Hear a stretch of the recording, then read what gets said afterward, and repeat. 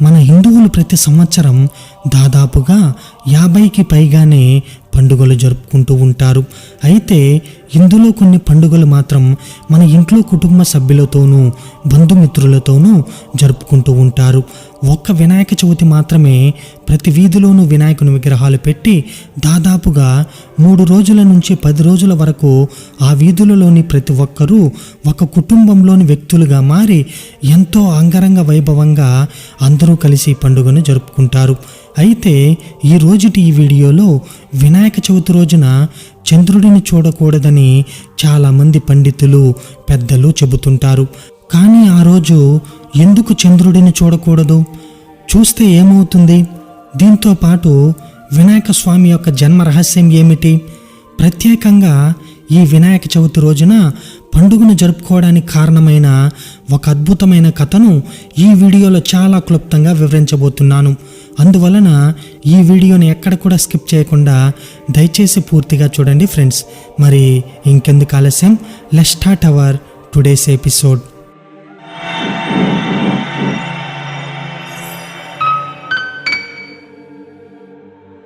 సూత మహాముని, సౌనకుడు మొదలైన మునులకు విఘ్నేశ్వరుడు పుట్టిన విధానం, ఆ రోజు చంద్రుడిని ఎందుకు చూడకూడదు అనే విషయాలను వివరించడం మొదలుపెట్టాడు. ఒకప్పుడు గజరూపంలో ఉన్న గజాసురుడు అనే రాక్షసరాజు పరమేశ్వరుని కోసం తీవ్రమైన తపస్సు చేయడం ప్రారంభించాడు.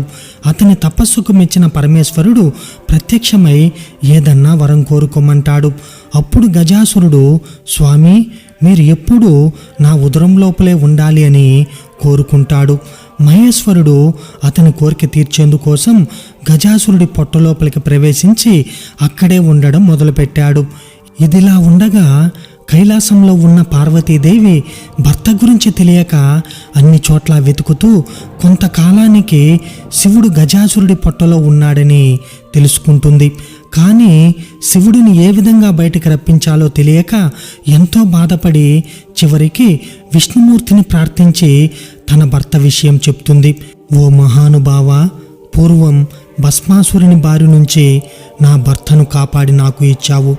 ఇప్పుడు కూడా ఏదన్నా ఉపాయం ఆలోచించు అని కన్నీళ్లు పెట్టుకుంటుంది. అప్పుడు విష్ణుమూర్తి పార్వతీదేవిని ఓదార్చి అక్కడి నుండి పంపేశాడు. అప్పుడు శ్రీహరి బ్రహ్మ మొదలైన దేవతలను పిలిచి గజాసురుని చంపేందుకు గంగిరెద్దులను ఆడించేవాడిగా వెళ్ళటమే సరైనదని నిర్ణయించాడు. శివుడి వాహనం నందిని ఒక గంగిరెద్దుగా చేసి బ్రహ్మ మొదలైన దేవతల చేత తలా ఒక వాయిద్యం ఇచ్చాడు. తాను చిరుగంటలు సన్నాయి తీసుకుని గజాసురుడు ఉండే గజాసురపురం దగ్గరకు వెళ్ళాడు. అక్కడ గజాసురుడి ఎదురుగా చక్కగా నందిని ఆడించాడు.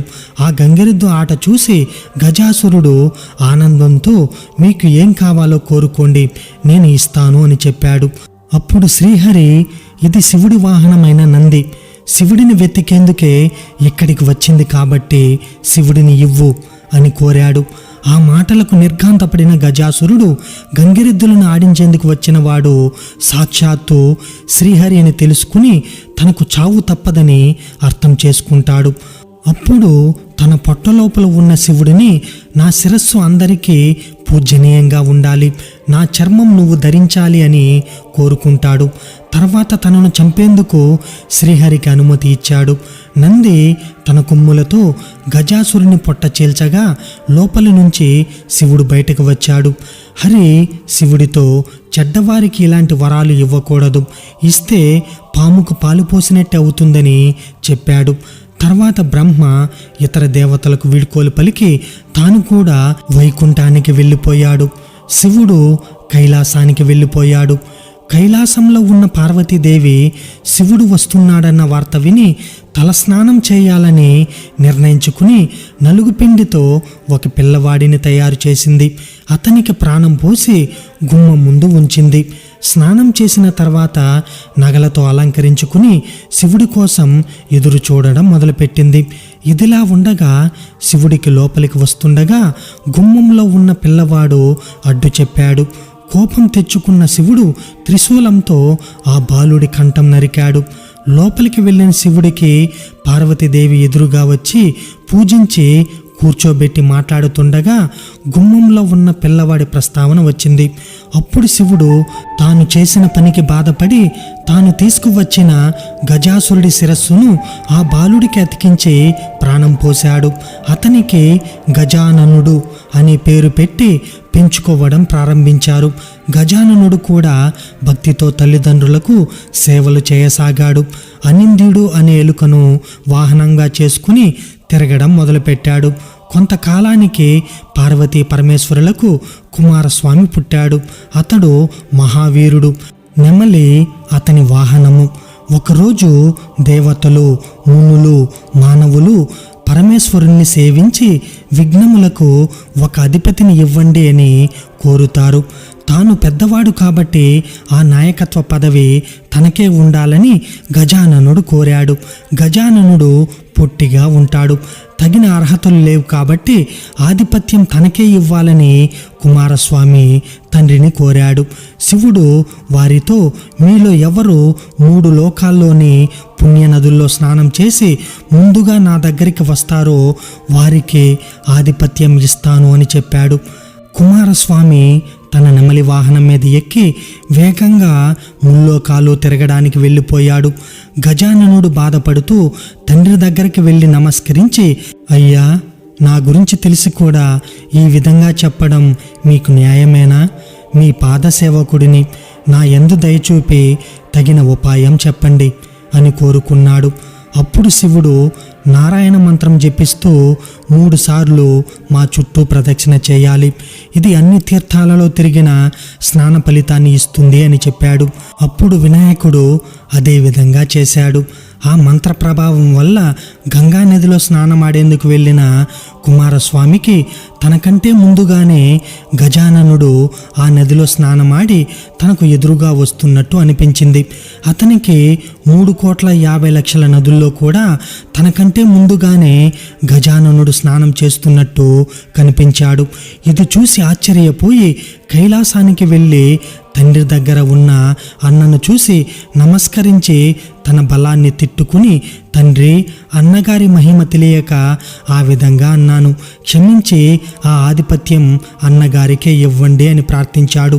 భాద్రపద శుద్ధ చతుర్థి రోజున పరమేశ్వరుడు గజాననుడికి విఘ్నాధిపత్యం ఇచ్చాడు. ఆ రోజు అన్ని దేశముల వాళ్ళు విఘ్నేశ్వరుడికి తమ స్థాయిని బట్టి కుడుములు, మిగిలిన పిండి వంటలు, కొబ్బరికాయలు, పాలు, తేనె, అరటిపళ్ళు, పానకము, వడపప్పు మొదలైనవి సమర్పించి పూజించారు. విఘ్నేశ్వరుడు సంతోషపడి కుడుములు కొన్ని తిని కొన్ని తన వాహనం అనింద్యుడికి ఇచ్చి కొన్ని చేతితో పట్టుకుని నిదానంగా సూర్యాస్తమయం అవుతుండగా కైలాసానికి వెళ్ళాడు. తల్లిదండ్రులకు నమస్కారం చేయబోగా పొట్ట భూమికి తగిలింది. కానీ చేతులు మాత్రం భూమి మీద ఆనలేదు. అతి కష్టం మీద చేతులు ఆంచినా నమస్కారం మాత్రం చేయలేకపోయాడు. ఈ విధంగా గణపతి కష్టాలు పడుతుండగా శివుడి తల మీద ఉన్న చంద్రుడు పగలబడి ఎగతాళిగా నవ్వాడు. రాజదృష్టి సోకితే రాళ్ళు కూడా నుగ్గవుతాయి అన్న సామెత అనుసరించి వినాయకుడి పొట్ట పగిలి లోపల ఉన్న కుడుములు మొదలైనవి చుట్టుపక్కల ద్రొల్లాయి. వెంటనే వినాయకుడు మరణించాడు. పార్వతీదేవి ఏడుస్తూ చంద్రుణ్ణి చూసి, పాపాత్ముడా, నీ దృష్టి తగిలి నా కుమారుడు మరణించాడు. కాబట్టి నిన్ను చూసిన వాళ్ళు పాపాత్ములై నీలాపనిందలు పొందుతారు అని శపించింది. అదే సమయంలో సప్త మహర్షులు యజ్ఞం చేస్తూ తమ భార్యలతో అగ్ని ప్రదక్షిణ చేస్తున్నారు. అగ్నిదేవుడు ఋషి పత్నులను చూసి మోహించి మహర్షులు తనను శపిస్తారేమోనే భయంతో రోజు రోజుకు బలహీనంగా మారిపోవడం ఆరంభించాడు. అది అగ్ని భార్య స్వాహాదేవి గ్రహించి అరుంధతి రూపం తప్ప మిగిలిన ఋషి పత్నుల రూపం ధరించి భర్తకు సంతోషం కలిగించింది. ఋషులు తమ భార్యల రూపంలో ఉన్న స్వాహాదేవిని చూసి తమ భార్యలే అనుకుని భ్రమపడి వారిపై కోపం తెచ్చుకున్నారు. పార్వతీదేవి ఇచ్చిన శాపం ఫలితంగానే ఋషి పత్నులకు ఈ నీలాపనింద కలిగింది. దేవతలు, మునులు ఋషి పత్నులు ఈ నీలాపనిందలను గూర్చి పరమేష్ఠికి తెలిపారు. అతడు సర్వజ్ఞుడు కావడంతో అగ్నిదేవుడి భార్యే ఋషిపత్నుల రూపం దాల్చిందని తెలుసుకుని సప్త ఋషులను సమాధానపరిచి వారితో కూడా తాను కైలాసానికి వెళ్ళి ఉమామహేశ్వరులను సేవించి చనిపోయిన విఘ్నేశ్వరుణ్ణి బ్రతికించాడు. దాంతో పార్వతీ పరమేశ్వరులు ఎంతో సంతోషించారు. అప్పుడు దేవతలు మిగిలిన వాళ్ళు, పార్వతి, నువ్వు ఇచ్చిన శాపం వల్ల అన్ని లోకాలలో ఉన్న వారికి కీడు జరుగుతోంది, కాబట్టి దానిని ఉపసంహరించు అని ప్రార్థించారు. వారి ప్రార్థనలకు సంతోషించిన పార్వతీదేవి సంతోషంతో కుమారుని దగ్గరకు తీసుకుని ముద్దాడి ఏ రోజున వినాయకుని చూసి చంద్రుడు నవ్వాడో ఆ ఒక్కరోజు మాత్రము చంద్రుణ్ణి అస్సలు చూడకూడదు అని చెప్పింది. అప్పుడు బ్రహ్మ మొదలైన దేవతలు సంతోషిస్తూ తమ నివాసాలకు వెళ్ళిపోయారు. భాద్రపద శుద్ధ చతుర్థిలో మాత్రం చంద్రుణ్ణి చూడకుండా జాగ్రత్త తీసుకుని సుఖంగా ఉన్నారు. భాద్రపద శుద్ధ చతుర్థిలో ప్రమాదవశాత్తు చంద్రుణ్ణి చూసినట్లయితే ఆ రోజు గణపతిని పూజించి సమంతకమని కథను విని పూజాక్షతలు తలపై వేసుకున్నట్లయితే నీలాపనిందలు పొందకుండా ఉంటారు అని చెప్పాడు. దాంతో దేవతలు మునులు సంతోషించి తమ ఇళ్లకు వెళ్ళిపోయారు. ప్రతి సంవత్సరం భాద్రపద శుద్ధ చతుర్థిలో దేవతలు, మహర్షులు, మానవులు మొదలగు వారు గణపతిని పూజించి తమ కోరికలు నెరవేర్చుకుని ఆనందంగా ఉన్నారని శాపమోక్ష విధానం శౌనకాది మునులకు వివరించిన తర్వాత సూత మహాముని తన ఆశ్రమానికి వెళ్ళిపోయాడు. ఫ్రెండ్స్, ఈ వీడియో కనుక మీకు నచ్చినట్లయితే ఈ వీడియోని లైక్ చేయండి. అలాగే మన ఛానల్ని సబ్స్క్రైబ్ చేయడం మాత్రం మర్చిపోకండి friends. Thank you friends. Thanks for watching.